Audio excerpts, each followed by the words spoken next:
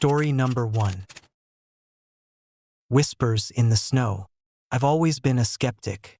Growing up in the suburbs of Chicago, I was taught to trust in logic and reason, to dismiss tales of the supernatural as nothing more than stories meant to entertain or scare children. But that all changed the winter of 2015, when a family emergency forced me to drive through the remote stretches of Minnesota, into a landscape where the cold bites deeper and the nights stretch longer than anywhere I'd ever known. It was supposed to be a straightforward trip to help my cousin fix her old cabin in the woods. She lived alone, maintaining the place as a retreat from her bustling life in Minneapolis. The cabin was nestled deep within the forest of Yonkian County, a region steeped in history and folklore, particularly the legends of the Wendigo, a creature from Algonquian mythology, said to roam the forests during the harsh winters, preying on those who dared to wander too far from the safety of their homes. As I drove further from civilization, the landscape transformed. Tall pines stretched endlessly into the gray sky, their needles carpeting the ground in a thick, silent blanket. The roads became narrow and treacherous, winding through dense woods where the only sounds were the crunch of snow under my tires and the distant call of a lone owl. My cousin had always spoken of the Wendigo in hushed tones, a cautionary tale meant to keep wanderers from straying too far into the wilderness. I laughed it off, telling myself it was just another of her eccentricities. The first night at the cabin was uneventful. I spent it huddled by the fireplace, sipping hot coffee and watching the snowstorm rage outside. My cousin arrived the next morning, exhausted but relieved to see the cabin in order. We spent the day repairing the roof and shoveling snow, the bond of family making the hard work bearable. As night fell once more, the storm intensified. The wind howled like a living thing, and the trees swayed violently against the windows. We sat together in the living room, the fire casting long, flickering shadows that danced across the room. It was then that my cousin began to speak, her voice barely above a whisper. "They've been seen out there," she said, her eyes darting to the window where the snow swirled in frenzied patterns. "People say the Wendigo is real. They say it lures you in with whispers, then it never lets you go." I chuckled nervously, trying to dispel the creeping unease that settled in my stomach. "Come on, Sarah, it's just a legend. No such thing exists." But she didn't laugh. Instead, she stared into the fire, her expression troubled. "I don't know, Mike. Ever since we started the repairs, I felt like we're not alone here, like something is watching us." I shrugged it off, attributing her fears to the isolation and the relentless storm. We retired for the night, but sleep was elusive. Every creak of the house and every gust of wind seemed amplified in the darkness, playing tricks on my mind. Around midnight, I was jolted awake by a soft, melodic whispering. It was faint, almost imperceptible, but unmistakably human. My heart raced as I sat up, straining to hear. The whispers seemed to be coming from outside, from the dense forest that enveloped the cabin. "Mike! Mike!" I grabbed a flashlight and cautiously approached the window, shining the beam into the storm. For a moment, I saw nothing but the swirling snow and the shifting shadows of the trees. But then, through the whiteout, I caught a glimpse of a figure tall, emaciated, with eyes that burned with an unnatural hunger. It stood motionless, watching us from the edge of the forest. I gasped, stumbling back as the whispering grew louder, more insistent. "Mike, come." The room seemed to grow colder, the temperature dropping to an icy chill that seeped into my bones. I turned to wake Sarah, but she was nowhere to be seen. Panic surged through me as I scanned the room, realizing with horror that she had vanished without a trace. Frantically, I searched the cabin, calling out her name, but there was no response. Only the relentless storm and the haunting whispers that seemed to mock my desperation. I grabbed my phone, but there was no signal, the remote location cutting off all communication with the outside world. Desperate and terrified, I decided to venture outside, hoping to find her or at least uncover some clue about her disappearance. The wind howled as I wrapped myself in layers of clothing. Stepping out into the blinding snowstorm, the whispering followed me, a chorus of voices that seemed to emanate from every direction, guiding me deeper into the forest. The cold was unbearable, each breath a struggle as the snow whipped around me, obscuring my vision. The flashlight's beam trembled in my hand, illuminating fleeting glimpses of movement among the trees. I stumbled forward, driven by a mixture of fear and hope, the whispers growing louder and more frantic. "Mike, over here. Mike, help!" I tripped over a hidden root, falling face-first into the snow. The ground beneath me felt soft and yielding, as if I were sinking into the earth itself. The whispers became a cacophony of anguished cries, the voices overlapping and intertwining in a maddening symphony, summoning every ounce of strength. I pushed myself up, the pain in my limbs dulling as adrenaline coursed through my veins. I followed the sound of the whispers, navigating through the dense woods with a sense of urgency I had never felt before. The storm seemed to intensify, the snow swirling in frenzied patterns that disoriented me further. After what felt like hours, I reached a clearing, the trees thinning to reveal a small, makeshift shrine adorned with tattered cloth and flickering candles. In the center stood Sarah, her figure gaunt and hollow-eyed, her mouth open in a silent scream. Surrounding her were skeletal remains, remnants of lives lost to the relentless winter and the insatiable hunger of the Wendigo. Before I could react, the ground beneath us began to tremble, and the whispers transformed into guttural growls. The Wendigo emerged from the shadows, its form grotesque and otherworldly, eyes burning with a ravenous hunger. It lunged toward us, its talons outstretched, driven by an eternal thirst for human flesh. I grabbed Sarah's arm, pulling her away as we fled into the storm, the Wendigo's wails echoing through the night. The forest seemed to come alive, trees twisting and contorting into nightmarish shapes that blocked our path. The whispers turned into the anguished cries of the lost, urging us to join them in their eternal torment.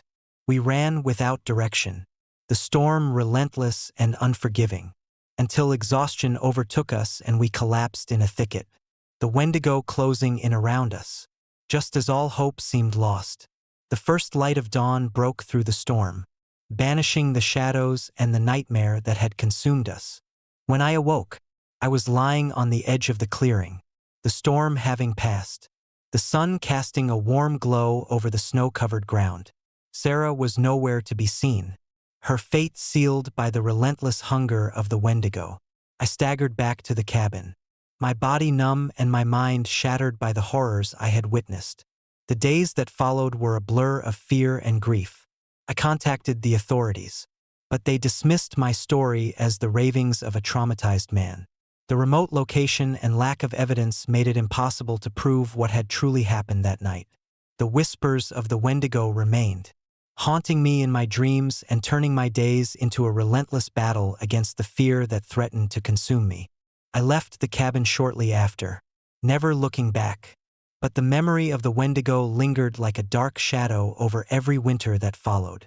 The legend of the Wendigo had become my reality, a terrifying reminder of the thin line between myth and truth, and the darkness that can lurk in the most desolate places. Now, every winter, as the cold winds howl and the snow blankets the world in silence, I can't help but feel the presence of the Wendigo, its whispers echoing through the night, a chilling reminder of the night I faced the embodiment of hunger and despair. The Wendigo is not just a legend, it's a living nightmare, a relentless force that preys on the lost and the desperate, ensuring that the shadows never fade. And so, I share my story as both a warning and a testament to the horrors that lie hidden in the coldest winters, where the whispers of the Wendigo can turn a simple trip into a descent into madness and death. May those who hear my tale heed the warnings of the past, and remember that some legends are born from truths too terrifying to ignore.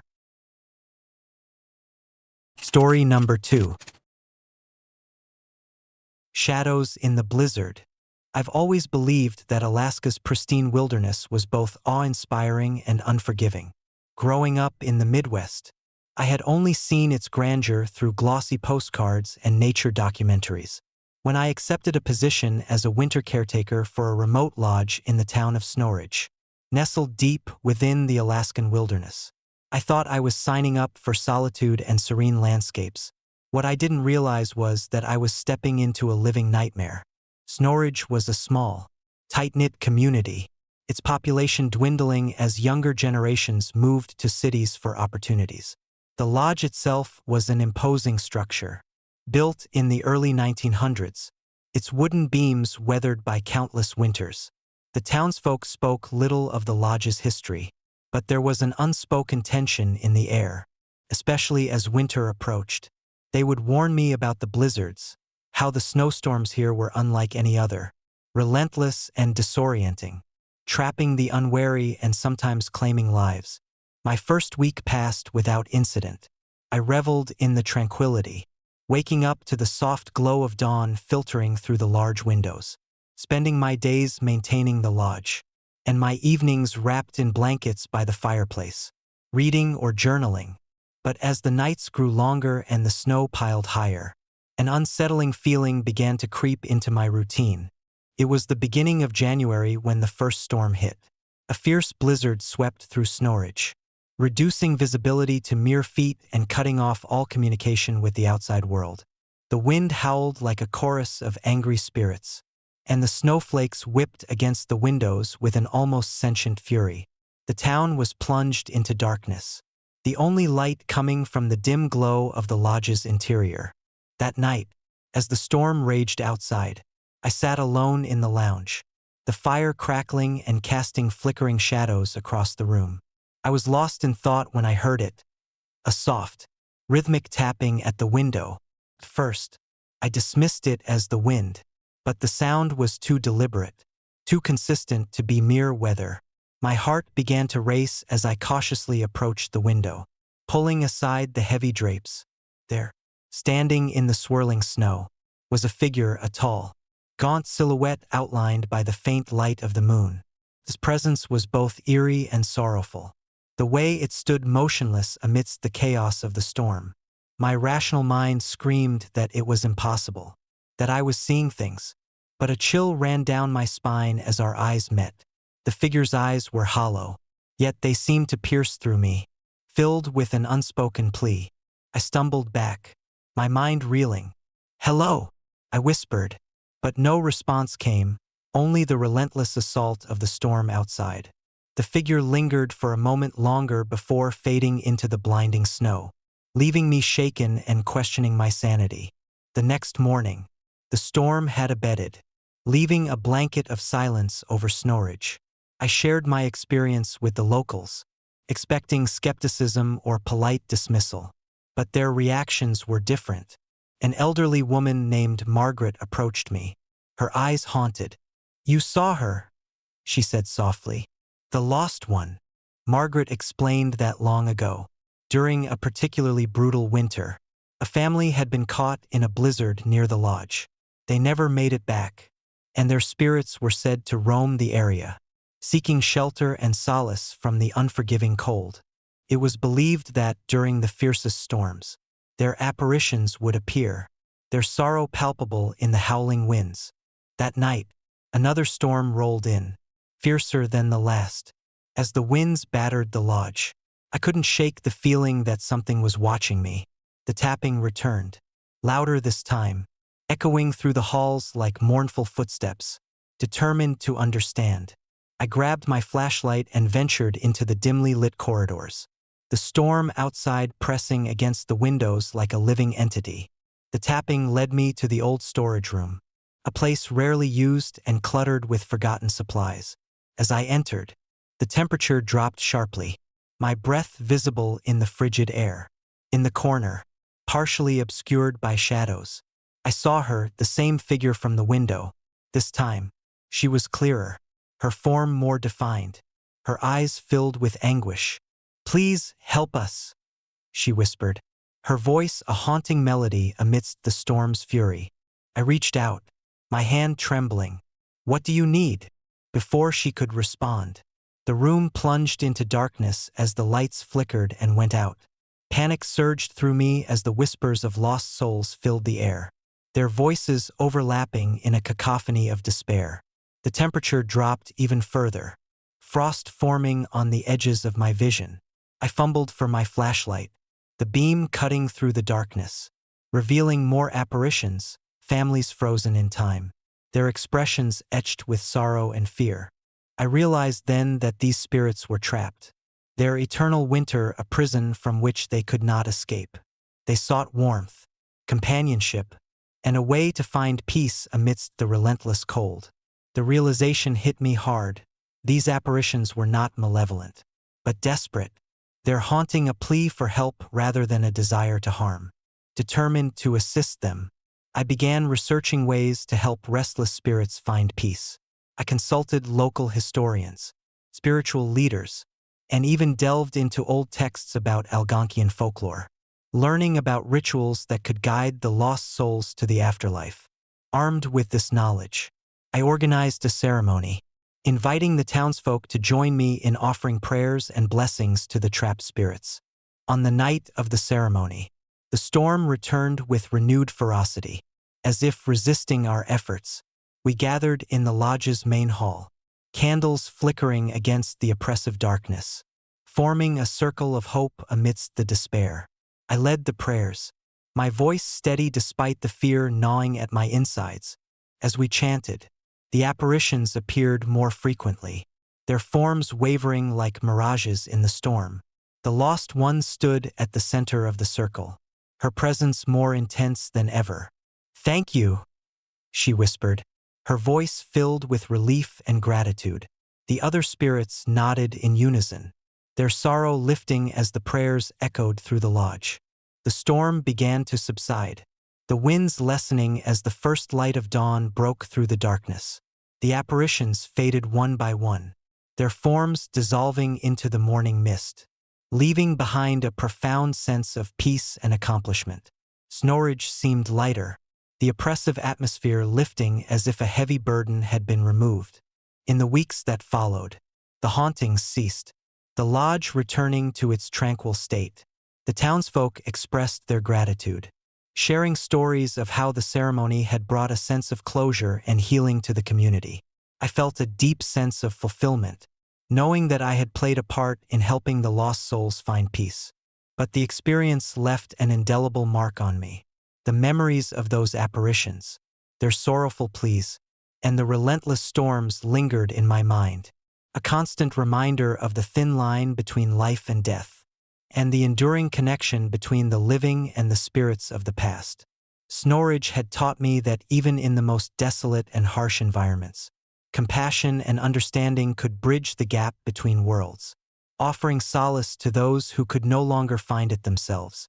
Years later, I still visit Snorridge, though not as a caretaker but as a storyteller.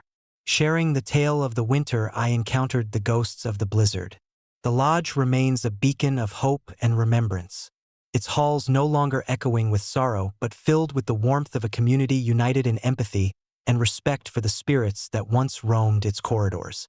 In the stillness of an Alaskan winter, when the snowstorm begins to rage, I sometimes feel a presence, a gentle reminder that the spirits are still out there, grateful for the compassion shown to them.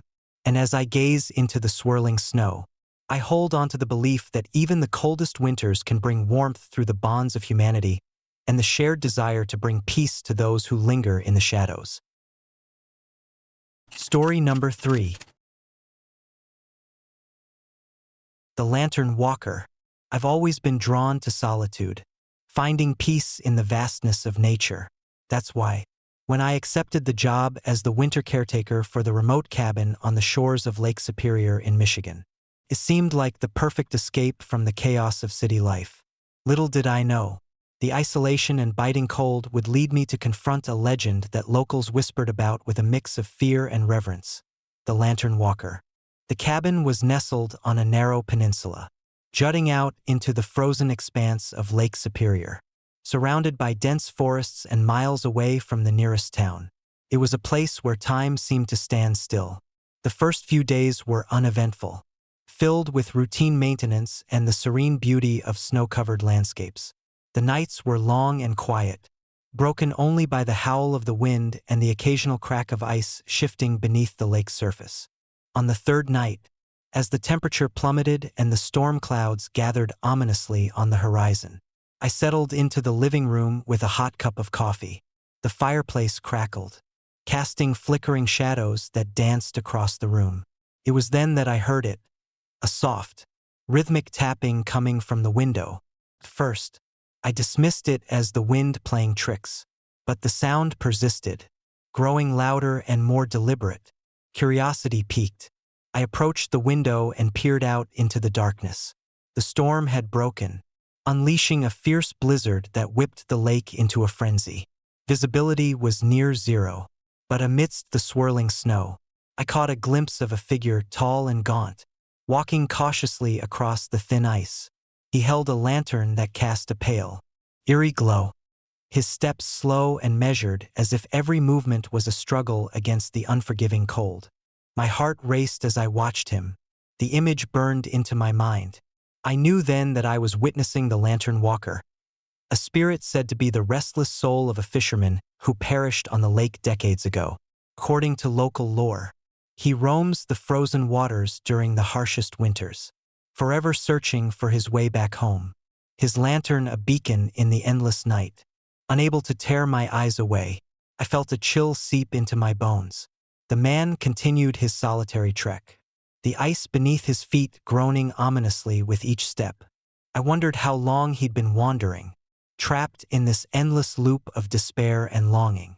As suddenly as he appeared, the figure vanished into the storm, swallowed by the swirling snow and darkness. That night, sleep eluded me. The image of the lantern walker haunted my thoughts, a spectral presence that lingered in the corners of my mind. I couldn't shake the feeling that he was trying to communicate, his silent plea echoing through the storm. Determined to understand more, I delved into the history of Lake Superior and the tragic story behind the legend. I learned that decades ago, a fisherman named Elias Thompson had been out on the ice during a particularly brutal winter storm. His boat had capsized, leaving him stranded on the fragile ice with limited supplies. Days turned into weeks as the storm raged on, and Elias succumbed to the bitter cold. His body never recovered. Since then, sightings of the lantern walker had been reported, each one a testament to his undying spirit and unfulfilled yearning to return to his loved ones. As the weeks passed, the blizzards became more frequent and intense. Each night, the tapping at the window grew louder, more insistent. I found myself watching the ice-covered lake, hoping to catch another glimpse of the lantern walker. The nights were filled with restless sleep, haunted by dreams of icy waters and ghostly apparitions seeking solace. One particularly brutal night, the storm reached its peak. The wind howled like a banshee, and the snowstorm showed no signs of abating. I sat huddled by the fireplace, trying to stay warm and stave off the growing unease. Suddenly, the power flickered and went out, plunging the cabin into darkness. The only light came from the moon, struggling to pierce through the heavy clouds and relentless snow. In the silence that followed, I heard the unmistakable sound of footsteps crunching on the snow outside. My breath caught in my throat as I approached the window once more, the storm raging with renewed fury. Through the swirling snow, I saw him, the lantern walker, his lantern casting a dim, ghostly light as he made his way across the ice. His eyes, hollow and sorrowful, met mine, and I felt an inexplicable connection, as if he was reaching out to me for help. Summoning my courage, I grabbed my coat and ventured outside into the storm, the cold biting at my skin. The wind whipped around me, making it difficult to see or breathe, but I pressed on, driven by a need to understand and perhaps offer some form of solace to the tormented spirit. As I trudged across the snow, the ice beneath my feet creaked and groaned, threatening to give way at any moment. The lantern walker approached, his steps slow and deliberate, the lantern held high as if guiding him through the treacherous terrain. I reached out, my hand trembling, and called out to him, "Elias!" He paused, turning to face me, his expression a mixture of pain and desperation. "Help me," he whispered, his voice barely audible over the storm. "I can't find my way back." I felt a surge of empathy, understanding the depth of his suffering. "What do you need? How can I help you?" He looked down at his lantern, the light flickering ominously. "Find the old cabin. Guide me home." With renewed determination, I nodded. "I'll help you, Elias. Show me the way." He began to walk again, his lantern casting a path through the blinding snow. I followed, each step a battle against the biting cold and relentless storm. The ice seemed to shift beneath us, the lake a vast, unforgiving expanse stretching out into the darkness. The lantern walker led me through the maze of snow and ice, his presence a beacon in the endless night. After what felt like hours, we reached a small clearing where the remnants of an old fishing shack stood, partially buried under layers of snow. Elias stopped, the lantern casting a soft glow on the desolate structure. "This is it," he said softly. "My home." I turned to face him, feeling a mix of relief and sadness. "Is there anything else you need?" He shook his head, a faint smile playing on his lips. "Thank you. Now, I can finally rest." As the words left his lips, a warm light enveloped him, and the storm began to subside. The snow stopped falling, and the oppressive darkness lifted, replaced by the gentle glow of the moonlight reflecting off the calm waters of Lake Superior. Elias Thompson, the lantern walker, faded into the night, his spirit finally finding peace. I stood there alone, the silence of the aftermath echoing in my ears. The legend was true, and I had played a part in helping a restless soul find his way home. As I made my way back to the cabin, the first light of dawn broke through the clouds, painting the sky with hues of pink and gold.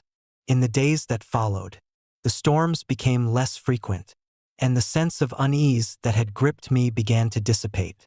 The cabin felt lighter, the air filled with a sense of closure and peace. I knew that the spirit of Elias Thompson would no longer haunt the frozen lake.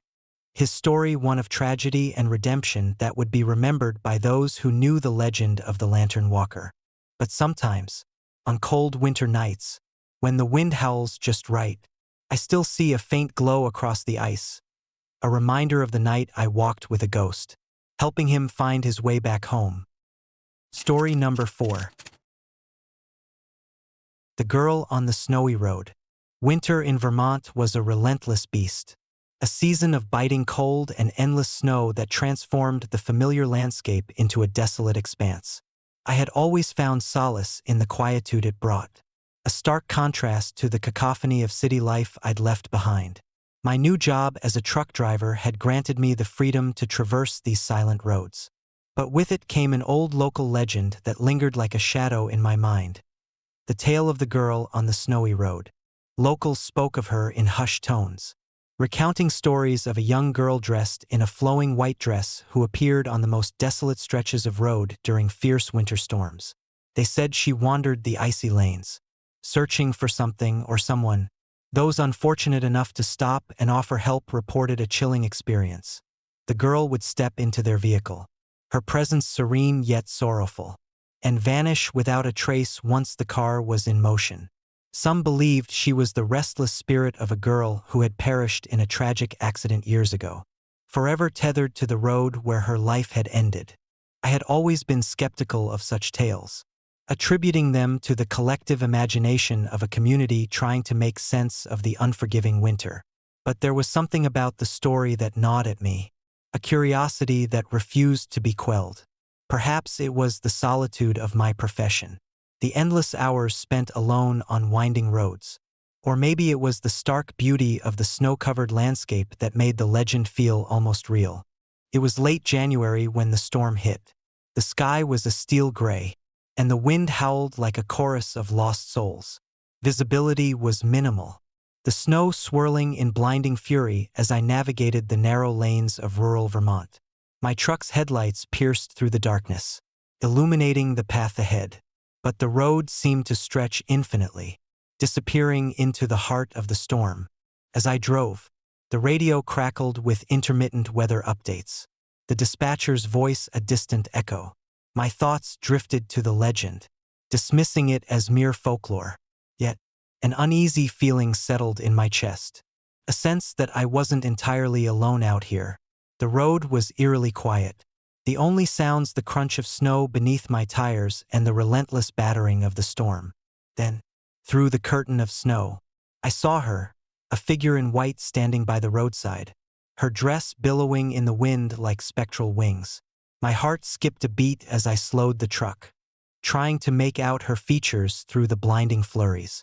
She seemed almost ethereal, her presence both captivating and mournful. Against my better judgment, I pulled over. The engine's roar was swallowed by the storm as I stepped out into the biting cold, the air sharp against my skin. Approaching cautiously, I called out, "Hey there, are you okay?" She turned to face me, her eyes meeting mine with an intensity that sent shivers down my spine.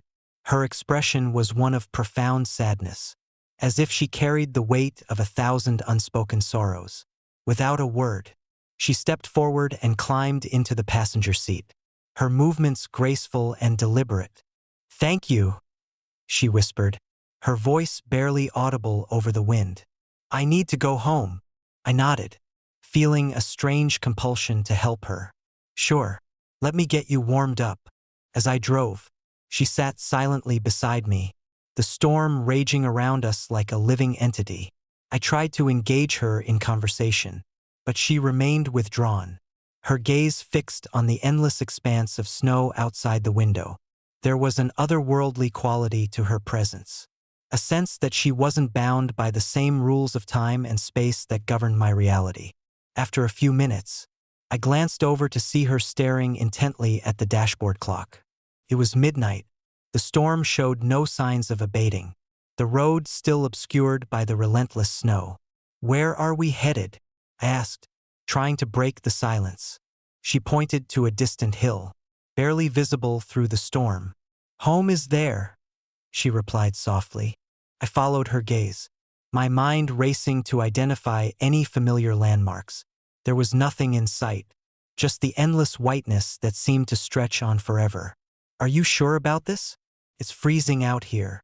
She gave a small, sad smile. "I've been searching for a long time." A chill settled in the air, not just from the cold but from the eerie knowledge that this wasn't a typical rescue. The legend had come to life, and I was now a part of it. Despite the growing unease, I continued driving, the road ahead barely discernible through the storm's fury. Minutes turned into hours as we journeyed deeper into the heart of the storm. The landscape shifted, the familiar roads giving way to unmarked trails that seemed to lead into the very soul of the wilderness. The girl on the snowy road never spoke again, her silence a haunting reminder of the life she had lost. Eventually, the storm began to subside, the wind's ferocity diminishing to a gentle whisper. Through the clearing snow, the hill she had pointed to came into view, revealing an old, abandoned cabin that stood as a lonely sentinel in the vast expanse of white. It looked as though it had been untouched for years, its windows dark and broken, the door hanging crookedly on its hinges. We arrived at the cabin, the air now still and quiet. She turned to me, her eyes reflecting a mixture of gratitude and longing. "Thank you," she whispered again, her voice now tinged with a sense of peace. I watched as she stepped out of the truck and walked toward the cabin, her figure slowly blending into the snowy landscape. For a moment, I hesitated, the weight of the encounter pressing down on me.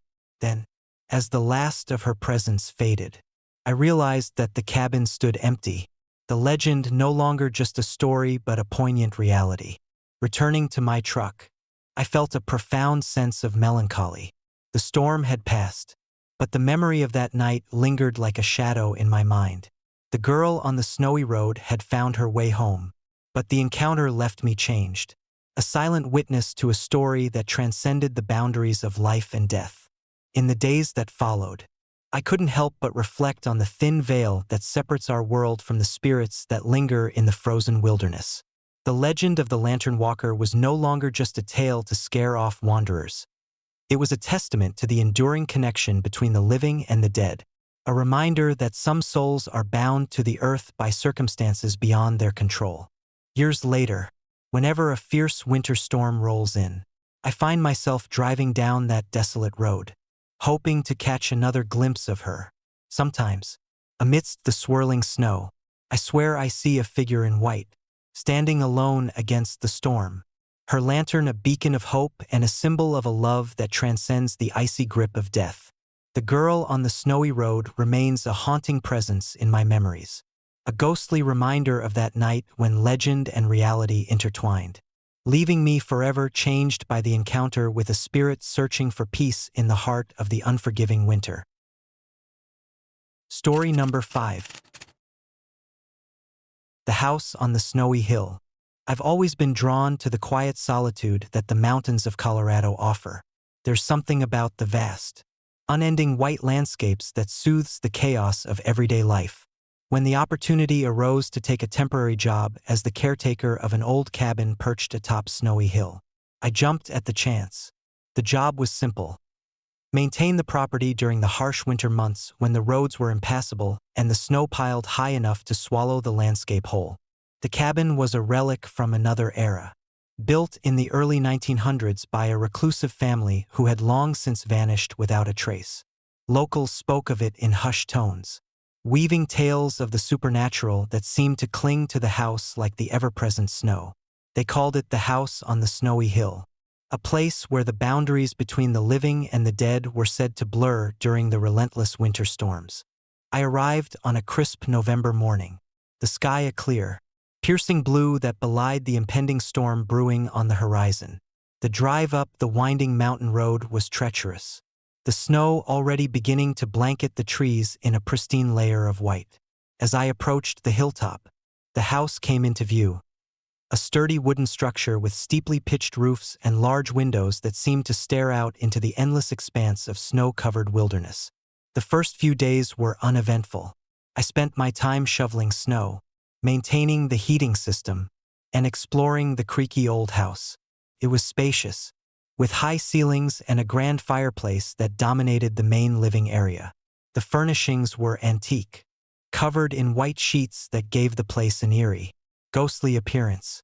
Despite the cold and isolation, I found a strange comfort in the house's silent presence. But as the days turned into weeks, the winter storm intensified, isolating the cabin completely. The wind howled like a living creature, and the snow fell in relentless sheets, obscuring the world outside. It was during these long, dark nights that the true nature of the house on the snowy hill began to reveal itself. It started with the sound of footsteps echoing through the empty halls. At first, I dismissed them as the settling of the old house or perhaps a stray animal trapped inside. But the footsteps became more distinct, more deliberate, as if someone or something was moving with purpose. They seemed to follow me, lingering in the background of my daily routines. One night, as I sat by the fireplace reading a worn copy of Poe's The Telltale Heart, the footsteps began again, louder this time, coming from the hallway outside the living room. My heart pounded in my chest as I listened, straining to identify the source. The sound was unmistakable, slow, measured steps that never seemed to fade away.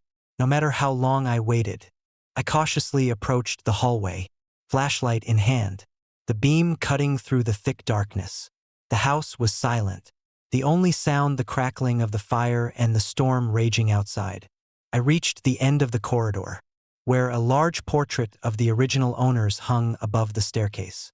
The footsteps had stopped, leaving an oppressive silence in their wake. I turned to leave, but something caught my eye, a faint, shadowy figure standing at the foot of the stairs.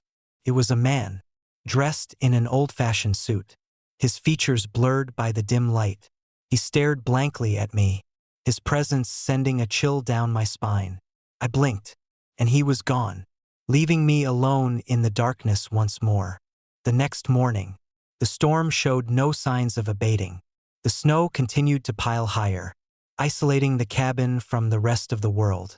The local authorities were unreachable, their phones dead or lost in the storm. I was entirely on my own, trapped in the haunted silence of the house on the snowy hill. As the nights grew colder and the days shorter, the apparitions became more frequent and more unsettling. I began to see fleeting shadows moving just out of sight, hear whispering voices that seemed to come from the walls themselves. The temperature in the house would drop suddenly, breath visible in the frigid air, as if the spirits were trying to communicate through the cold. One particularly harsh night, the wind was howling louder than ever, the snow swirling in vicious spirals outside the windows. I was jolted awake by the sound of a door slamming shut in the kitchen.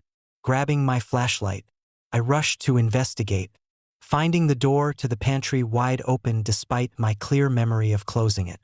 Inside, the shelves were empty, save for a single, old-fashioned lantern lying on the floor, its glass cracked and dirty. As I picked it up, a faint glow emanated from within, the flame flickering despite the absence of any visible source of fuel. The temperature in the room plummeted, and I felt a presence behind me. Turning slowly, I saw her, a woman in a flowing white dress, her face pale and sorrowful, eyes hollow and pleading. She reached out to me, her fingers grazing my arm, sending a jolt of electricity through my body.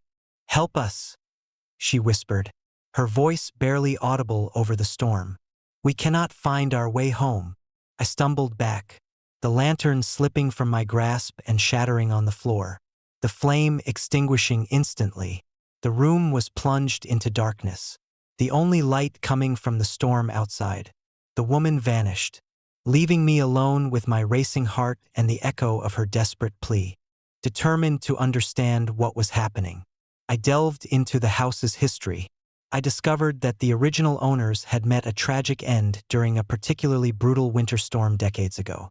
The family had been caught in a blizzard, their home collapsing under the weight of the snow. All 7 members perished, their spirits said to roam the hill, forever searching for the warmth and safety they lost that night. The more I learned, the more the house's haunted reputation made sense. It wasn't just stories to scare off wanderers. It was a place of unresolved tragedy, the spirits of the lost forever trapped in a cycle of torment and longing. One night, as the storm raged on with no mercy, I felt a presence watching me from the shadows.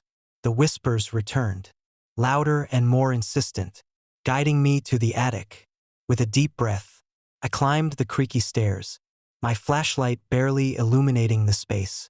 The attic was cluttered with old furniture and forgotten belongings, remnants of a life long gone. In the center of the room stood an old rocking chair, gently swaying back and forth despite the stillness of the air. As I approached, the temperature dropped further, my breath visible in the icy air. I sat down cautiously, the chair's movement calming yet unnerving. It was then that the apparitions appeared, ghostly figures of the family, their faces etched with sorrow and despair. They surrounded me, their presence overwhelming. The youngest child reached out, her hand touching mine with a touch that felt both cold and comforting. "Find our lantern," she whispered, her voice echoing in my mind. "Guide us home." I realized then that the lantern I had found earlier was more than just a relic. It was a key, a symbol of hope and a means to guide the spirits back to the warmth they had lost. Determined to help, I vowed to find a way to set them free. The following day, the storm showed no signs of weakening, but I felt a newfound sense of purpose.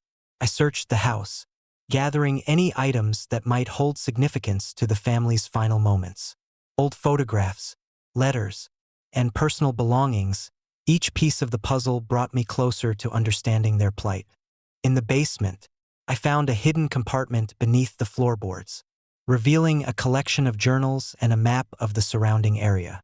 The journals detailed the family's struggle to survive the storm, their fear and desperation palpable on every page. The map indicated the path they had taken, a route that had led them to their untimely deaths. Armed with this knowledge, I decided to perform a ritual of release, hoping to guide the spirits back to their rightful place. As night fell, I prepared the ceremony, lighting candles and placing the lantern at the center of the living room. The atmosphere grew tense, the air thick with anticipation and fear. I began to speak, reciting the words from the journals. My voice steady despite the growing unease. The candles flickered violently, casting dancing shadows that seemed to come alive. The temperature in the room dropped, and the whispers grew louder, surrounding me with their mournful cries. As I continued the ritual, the apparitions appeared once more, their expressions shifting from sorrow to hope. The youngest child took my hand, her touch warm despite the cold.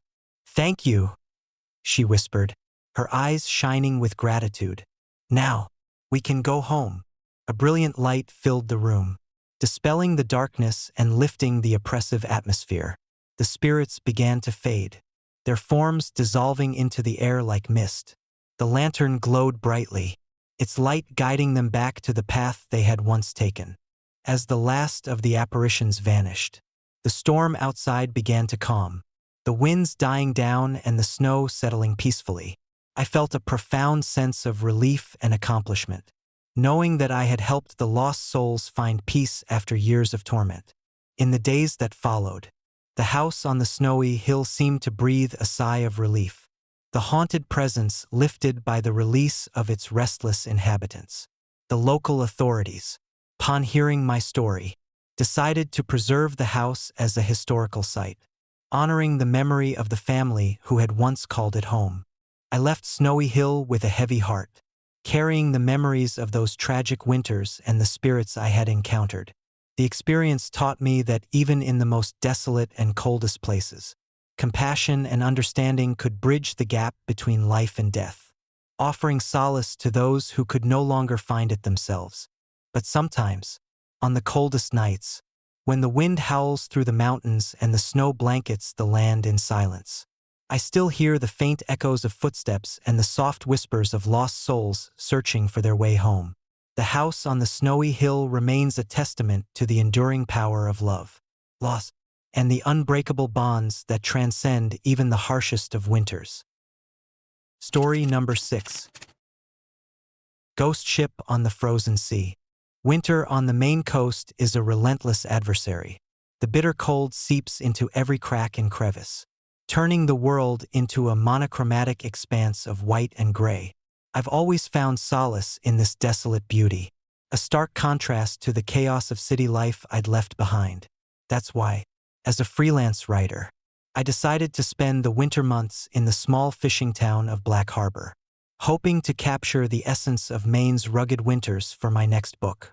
Black Harbor was the epitome of coastal isolation.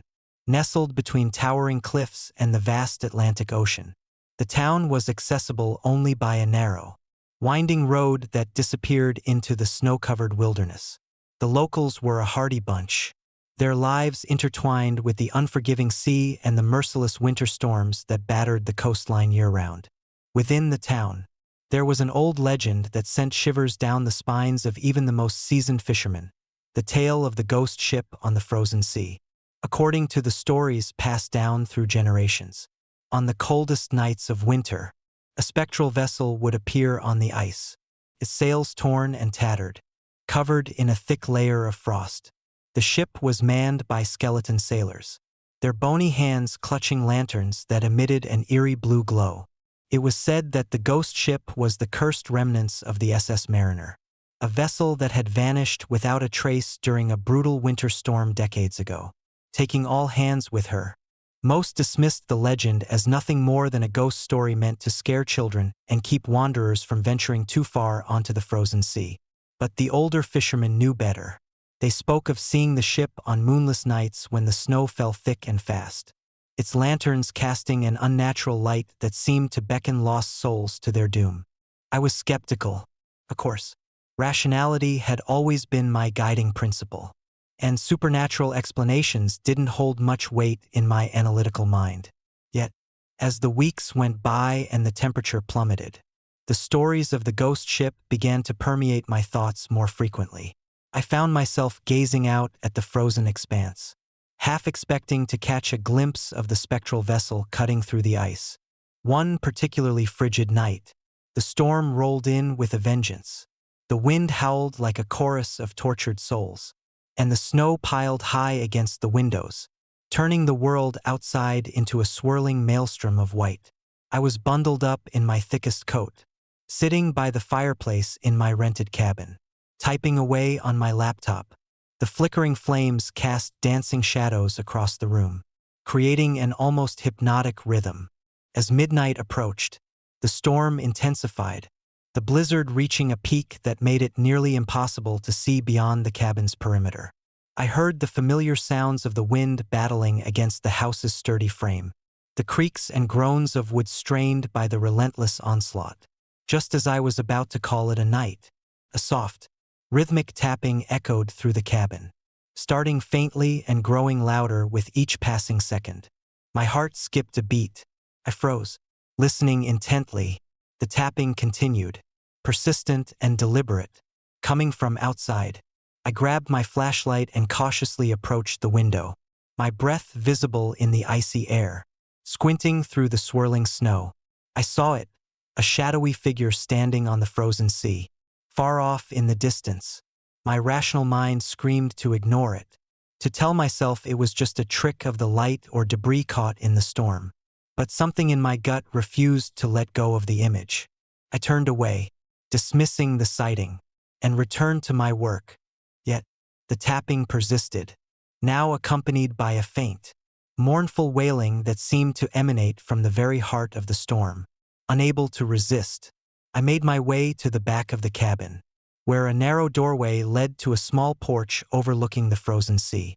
The wind was howling, and the snow was blinding, but I stood there, peering into the darkness, trying to make sense of what I was seeing. Then, through the thick white veil, the ghost ship materialized. It was a horrifying sight, its sails shredded by the storm, the hull cracked and splintered, encased in ice that glittered ominously under the moonlight. Skeleton sailors manned the deck, their bony fingers gripping lanterns that cast an otherworldly blue glow, illuminating the icy waters around them. The ship moved with a slow, deliberate grace, its presence both majestic and terrifying. I felt a chill run down my spine, the air growing inexplicably colder as the ghost ship drew nearer. The lanterns flickered, casting eerie shadows that danced across the frozen landscape. The wailing intensified, now a cacophony of sorrowful cries that pierced the howling wind.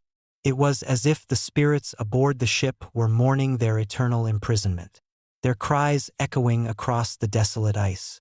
Suddenly, one of the skeleton sailors turned toward me, his hollow eyes seeming to pierce through the darkness and into my very soul. The lantern he held swung gently, casting a ghostly light that illuminated his skeletal face. Forever frozen in a state of anguish, I stood there, paralyzed by fear and fascination, unable to look away.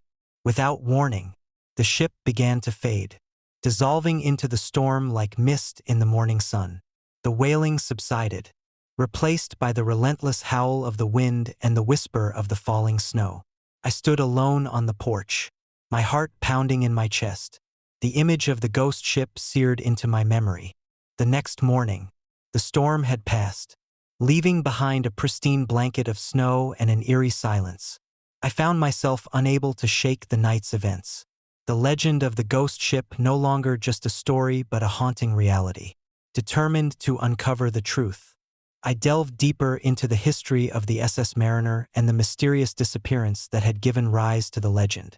What I discovered was a tragic tale of ambition, loss, and supernatural retribution. The SS Mariner had been a state-of-the-art vessel, lauded for its advanced navigation systems and luxurious accommodations. Its maiden voyage had been a grand affair, but fate had other plans. Caught in an unprecedented winter storm, the ship had been forced to navigate treacherous icebergs and blinding blizzards. Despite the crew's best efforts, the SS Mariner had succumbed to the unforgiving sea, disappearing without a trace. Rumors swirled about the true cause of the disaster. Some blamed human error, others speculated about mechanical failures, but the locals held firm to the belief that the ship had been cursed, its sailors forever doomed to wander the frozen seas as restless spirits, trapped in an eternal quest for redemption. As the weeks turned into months, the sightings of the ghost ship became less frequent, yet more intense. It was as if the spirits were aware of my pursuit, their attempts to communicate growing more desperate. I began experiencing strange phenomena in my cabin, whispers in the dead of night, shadowy figures flitting at the edge of my vision, and an oppressive sense of being watched. One particularly cold night, as I sat by the fireplace trying to piece together the fragments of the SS Mariner's tragic end, I heard the tapping once more. My heart raced as I approached the window, the storm having returned with a vengeance. There, standing on the ice, was the ghost ship, more vivid and menacing than ever before. This time, it didn't fade away. Instead, it seemed to draw closer, the skeleton sailors now appearing more animated, their lanterns glowing brighter, casting a haunting blue light that pierced the darkness. A bone-chilling wail echoed across the frozen sea, and the ship stopped just yards from the shore. The silence that followed was deafening, the storm momentarily subdued as if holding its breath.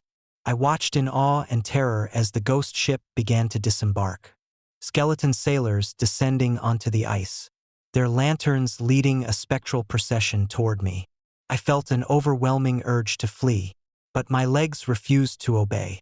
The air around me grew colder, each breath a struggle as the spirits closed in, their hollow eyes filled with sorrow and longing. One of them reached out, his bony hand extending toward me, the lantern's light reflecting in his empty eye sockets.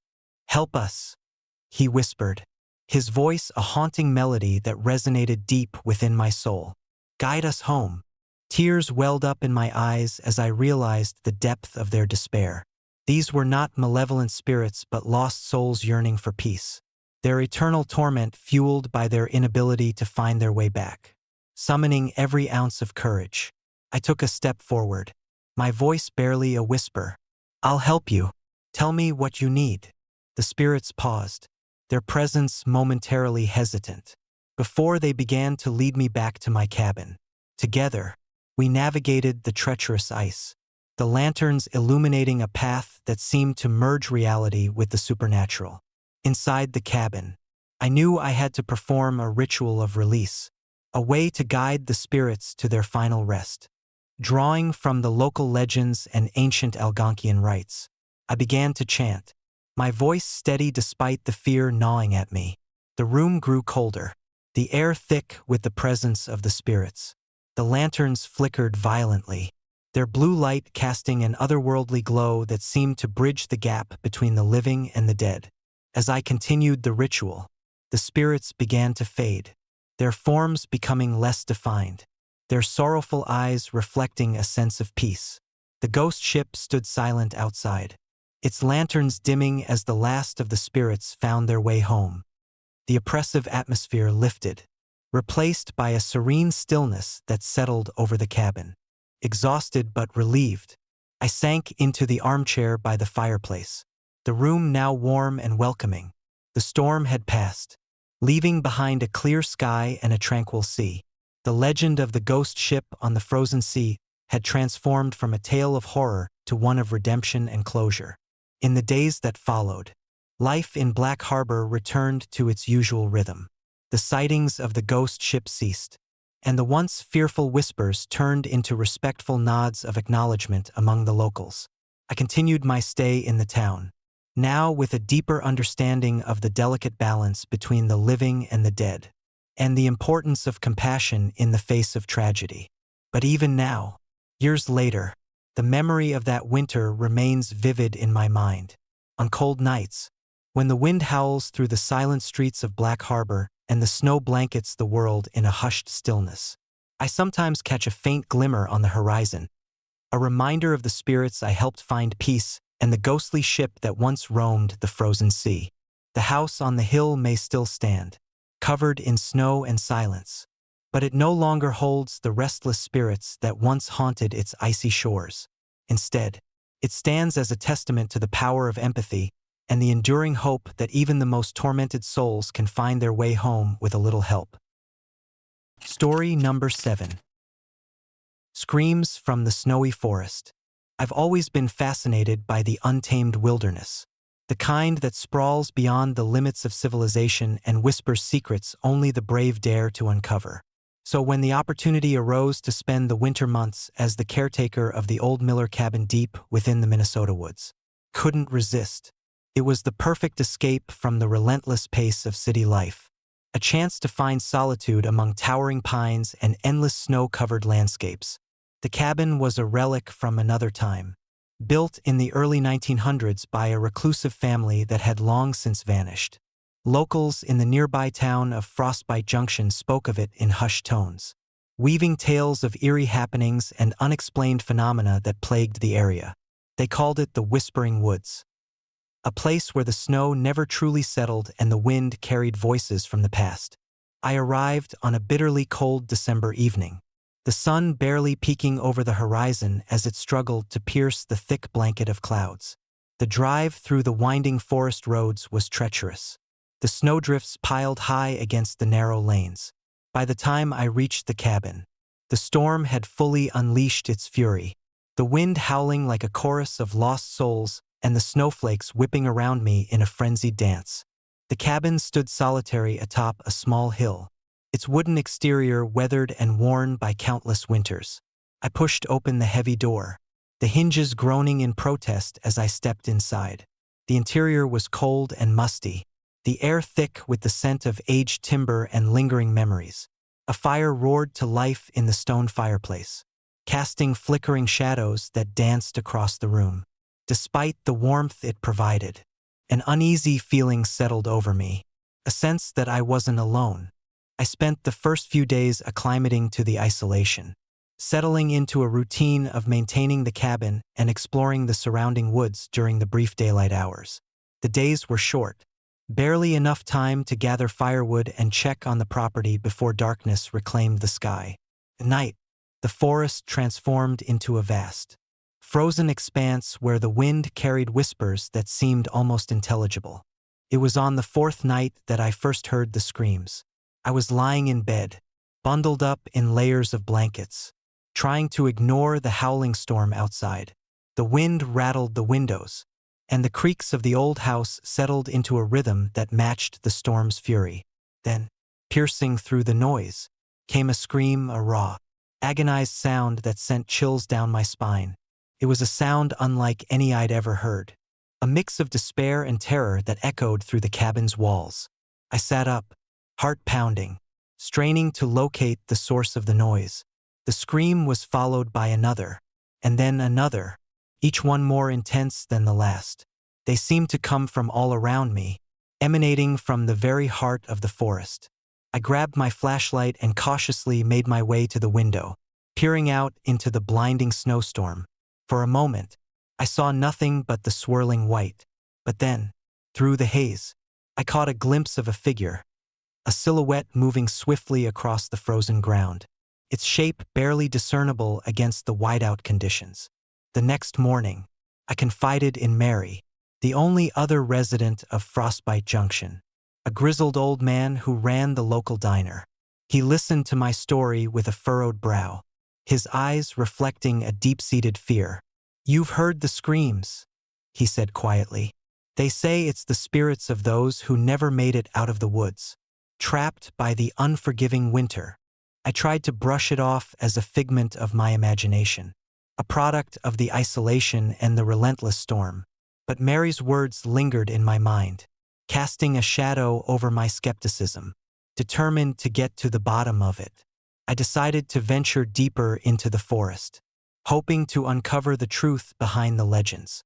Equipped with my gear and a healthy dose of caution, I set out on a snowy afternoon, the sun a weak promise behind the thick cloud cover.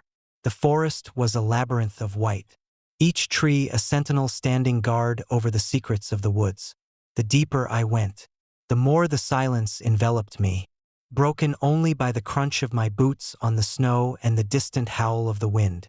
As dusk began to settle, I stumbled upon an old, forgotten trail that led to a small clearing. In the center stood the remnants of what appeared to be an old campsite, rusted metal remains, broken tents, and the charred remains of a fire long extinguished. The air was thick with the weight of history, the silent testimonies of those who had once sought refuge here. Suddenly, the silence was shattered by the unmistakable sound of footsteps approaching. I turned, flashlight held high, heart racing as I scanned the clearing for any sign of movement. Out of the shadows emerged a figure, tall and gaunt, draped in tattered clothing that seemed to blend seamlessly with the snow. His eyes were hollow, staring straight through me with a look of profound sadness. "Help us," he whispered, his voice barely audible over the howling wind. "We can't find our way out." I took a step forward, my rational mind battling against the fear that gripped me. "Who are you?" I asked, my voice trembling. He pointed toward the darkened forest, his finger trembling as he gestured. "The storm, it never ends. We're trapped here, lost in the snow." Before I could respond, the wind intensified, swirling around us in a frenzy that seemed to come alive.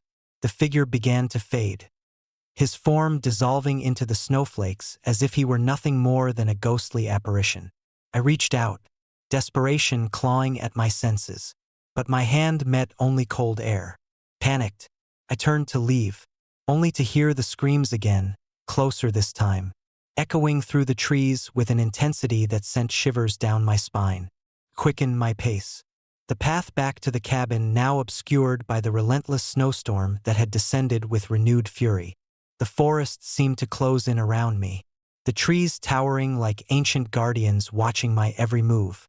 The screams grew louder, more desperate, as if the souls trapped in the woods were calling out for salvation. My flashlight flickered, the beam wavering as the storm battered me from all sides. Just as I felt my strength waning, the storm began to abate, the wind dying down to a mere whisper and the snow slowing to a gentle fall. Exhausted and disoriented, I made my way back to the cabin, the images of the lost souls etched into my mind. The following day, I couldn't shake the feeling of having been watched, the echoes of the screams lingering like a haunting melody. Determined to bring peace to the restless spirits, I decided to perform a ritual of remembrance, hoping to honor those who had been lost to the unforgiving winter.